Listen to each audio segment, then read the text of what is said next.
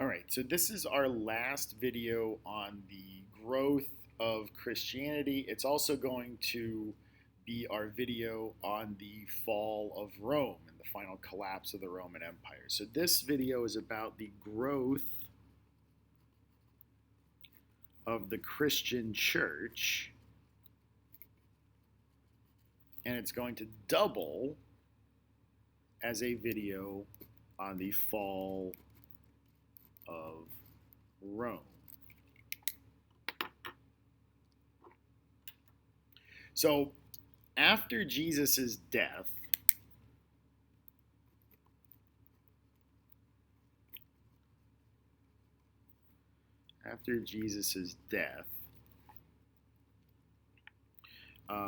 his followers kept teaching his messages.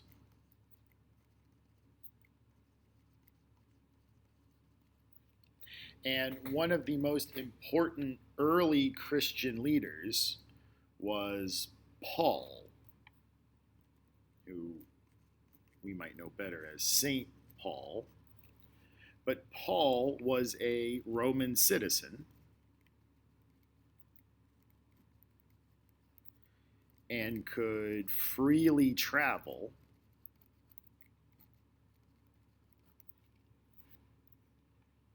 around the empire.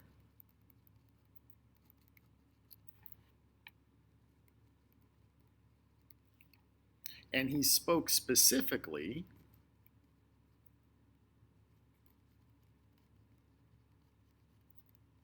to the poor people who would be the most willing to listen to a preacher talk about salvation. So Paul traveled around the Roman Empire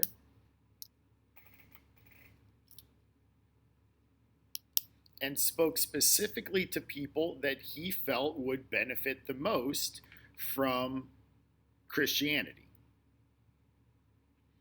And Christianity turns out to be a very big success. A lot of people like this new religion, and they start maybe not rebelling against the Romans, but they're definitely adopting this new religion, especially this part about salvation.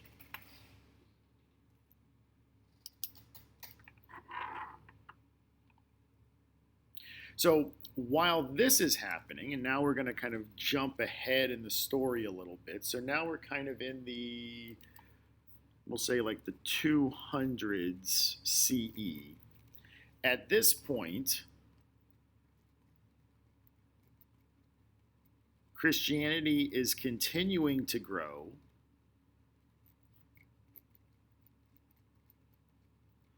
It's now illegal in the Roman Empire.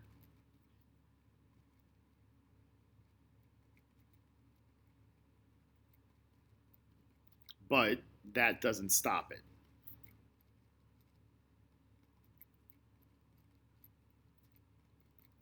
In fact, that kind of makes it grow faster.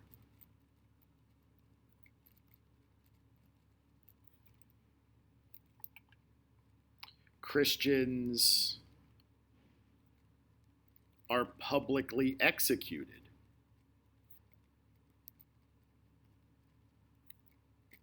And that causes it to grow even faster.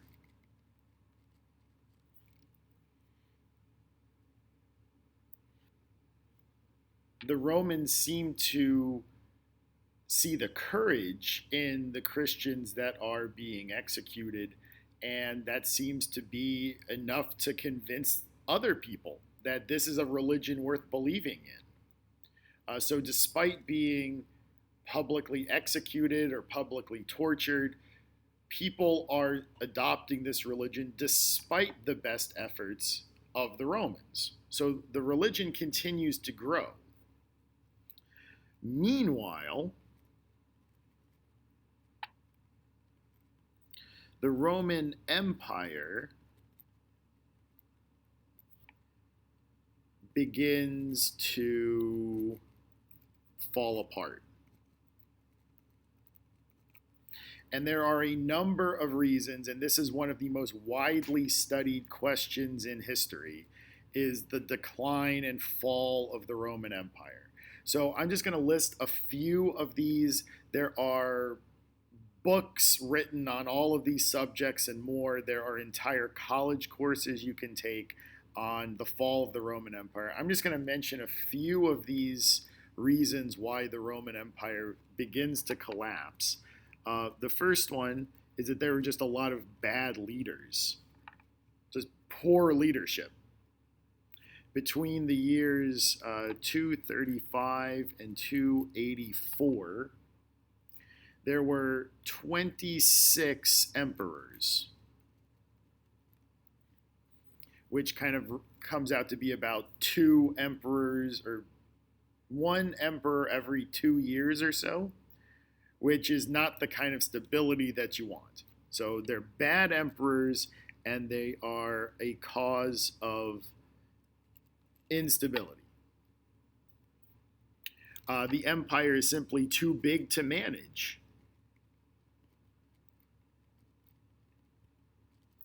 It now covers most of North Africa.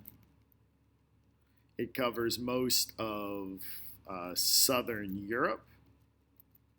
It has large pieces of the Middle East. It's very, very big. It's simply too big to manage at this point. The Romans employ a lot of mercenary soldiers that are really only in it for the money, and these guys are really disloyal. Like, they're really only in it for the money, and whoever pays them more money, that's who they'll go fight for. There are some theories that say that the Roman water pipes caused widespread lead poisoning. And that contributed to the collapse of the Roman Empire. Another plausible explanation is that they spent too much money trying to squash Christianity. They spent too much time and effort trying to squash Christianity. No one of these reasons is enough. They all probably played a role. There are other things too that we're not going to necessarily get into, but all of these are showing the cracks in the Roman Empire. So we're going to jump ahead about another 100 years. And the year is now 313 CE. In 313 CE, the Roman emperor, his name was Constantine, adopts Christianity.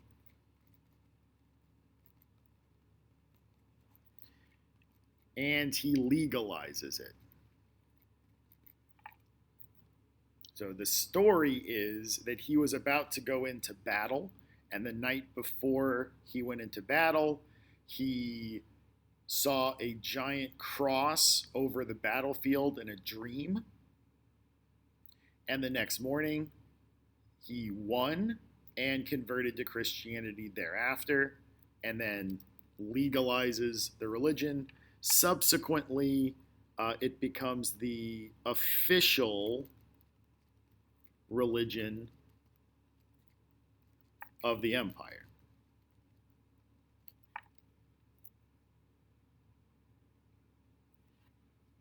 Constantine does another important thing in this story. He also moves the capital of the Roman Empire from Rome, and he puts it in a Greek city called Byzantium. Byzantium is modern day Istanbul.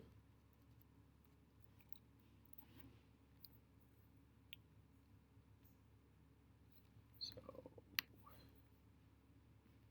actually, it's right here. So he moves it from Rome to Istanbul, or Byzantium at the time. It's now modern Istanbul.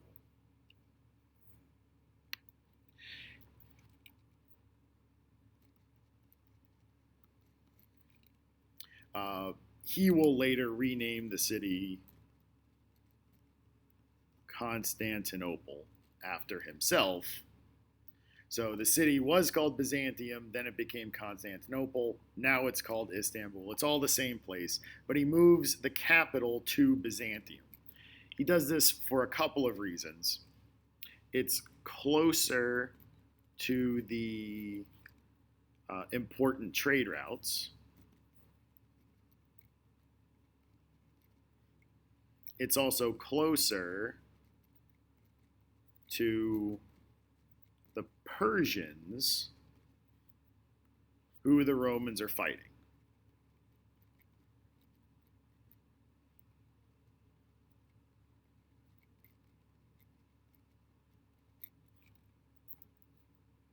So the Persians have made a comeback, and the Romans are fighting them, and it's easier to fight them when your capital is closer, I guess.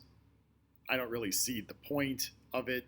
I guess all the military headquarters would be there. The armies would be closer to the battlefronts. But definitely the trade routes. That's a big reason. So we're going to jump ahead another about 160 years to the year 476 CE. In 476 CE, the city of Rome is captured, and the western part of the empire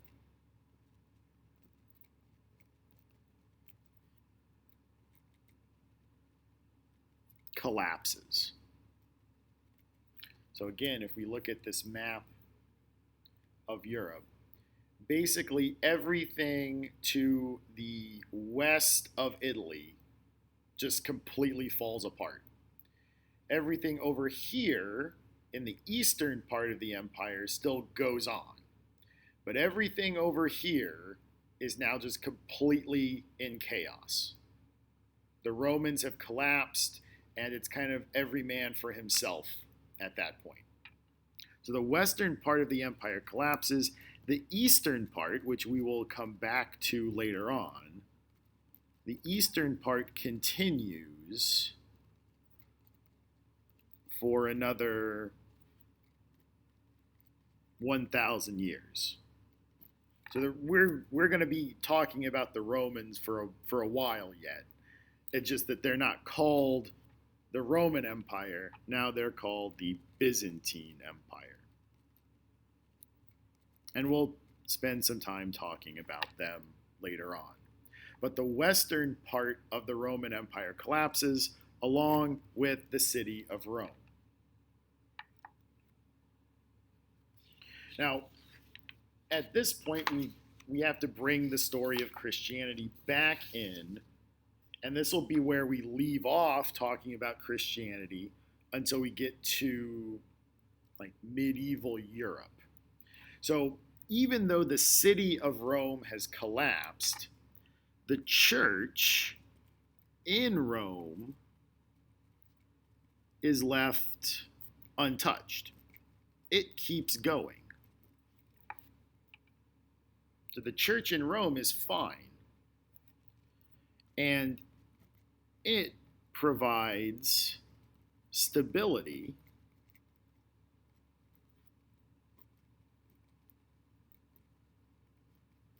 to the people of the western part of the empire when the government collapsed. So even though the government of the Roman Empire is gone, a social and cultural institution, the church, steps in and provides some stability. Kind of the same way that the caste system provides a level of stability in India without a government, the church temporarily steps into the hole left behind when the Roman Empire collapsed. So this is what provides people with a little bit of stability. It helps people out in their time of need. And so the church kind of steps in and fills this gap that the Roman Empire left behind. So the last thing we'll talk about here is that the church leader, the leader of the church in Rome, and note when I use a capital C to write church, I'm talking about the church institution. So I'm talking about the network of churches, the Christianity of the church. If I write a lowercase c church, that's just like a church. So capital C church means that I'm talking about like the church. So the leader of the church is the Bishop of Rome. A bishop is just the leader of a church in a city. So the Bishop of Rome kind of takes over the leadership of all of the churches, and he's called the Pope.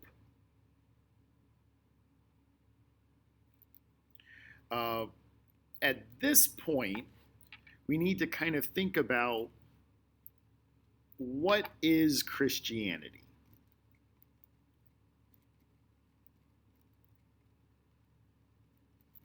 Because now the thing that created the spread of Christianity, the Roman Empire, is gone.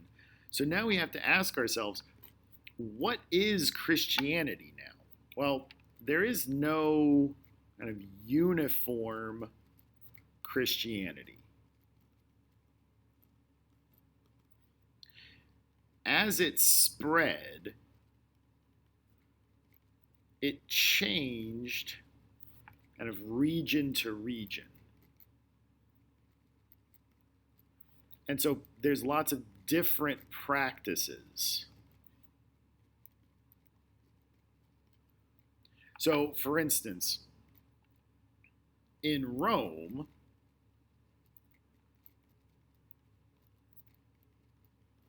Christianity will look different than in North Africa or in Central Asia. And so there are going to be attempts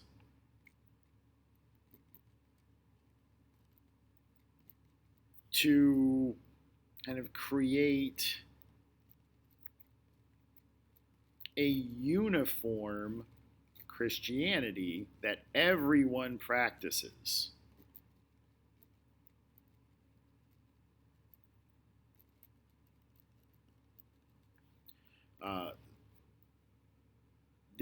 The quick answer to that question, can you do this? These are going to fail pretty much every time. But there are going to be attempts to create a uniform Christianity that everyone practices, and people are going to resist that. But for right now, I think that's a good place to stop, and leave this story of Christianity. So now we've kind of covered all of the main religions that we need to cover before we actually start the material that's going to be on the exam. So this kind of covers all of the really old world religions. So we've covered, going back to the beginning of this unit, we've talked about Hinduism and Buddhism and Jainism, Confucianism, Taoism. We've talked about Judaism and now Christianity. These are the religions that we kind of have to have in our toolbox to understand what's going to happen when we start with course content that will be on the exam in the year 1200. So this stuff is the last bit of religion that we need to cover before we start covering new religions that start up around that time. So for right now, these are all the religions that are on the board. We'll include some other religions once we start with new course content in a few weeks. But until then, this is Mr. Nissen signing off.